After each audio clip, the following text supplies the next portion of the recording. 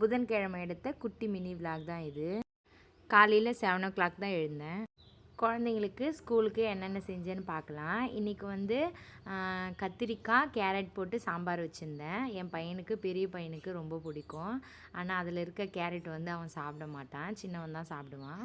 அப்புறம் ஸ்நாக்ஸுக்கு வேக வச்ச பச்சை பயிர் கொஞ்சமாக எண்ணெய் விட்டு கொத்தமல்லி போட்டு கறிவேப்பிலை போட்டு தாளிச்சிட்டு இருந்தேன். அதுக்கப்புறம் கேரட்டு. இவனுங்க எப்படின்னா ஸ்நாக்ஸை என் பெரிய பையன் ஈவினிங் வரைக்கும் சாப்பிட்றான். அதனால் கொஞ்சம் எக்ஸ்ட்ராவே பிஸ்கெட்டும் வச்சு விட்டேன். சில டைம்லாம் என்ன பண்ணுவானுங்க, எதுவுமே சாப்பிட மாட்டானுங்க. பச்சை பயிறு அது மாதிரி சுண்டல் ஐட்டம் எதுனா குத்தமிச்சா அப்படியே எடுத்துன்னு வந்துடுவான். அதனால் பிஸ்கெட் கொடுத்துருக்கேன். அப்புறம் சாம்பார் பெரியவனுக்கு கொஞ்சம் கேரட் இல்லாதையும் சின்னவனுக்கு கேரட்லாம் கொஞ்சம் போட்டு பேக் பண்ணி கொடுத்து ஸ்கூலில் எடுத்து போய் விட்டுட்டு வந்துட்டேன். அப்புறமேட்டுக்கு எனக்கு ஒரு தோசை சாம்பார், அதுக்கப்புறமேட்டுக்கு பச்சை பயிறு கூட வெள்ளரிக்காய் எடுத்துடுறேன். சுகர் இருக்கிறதுக்கு இது ஒரு ஹெல்தியான ஃபுட்டு தான்.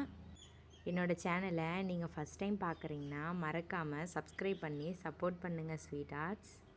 இது வரைக்கும் நம்ம சேனலில் 66 சப்ஸ்கிரைபர்ஸ் வந்திருக்காங்க.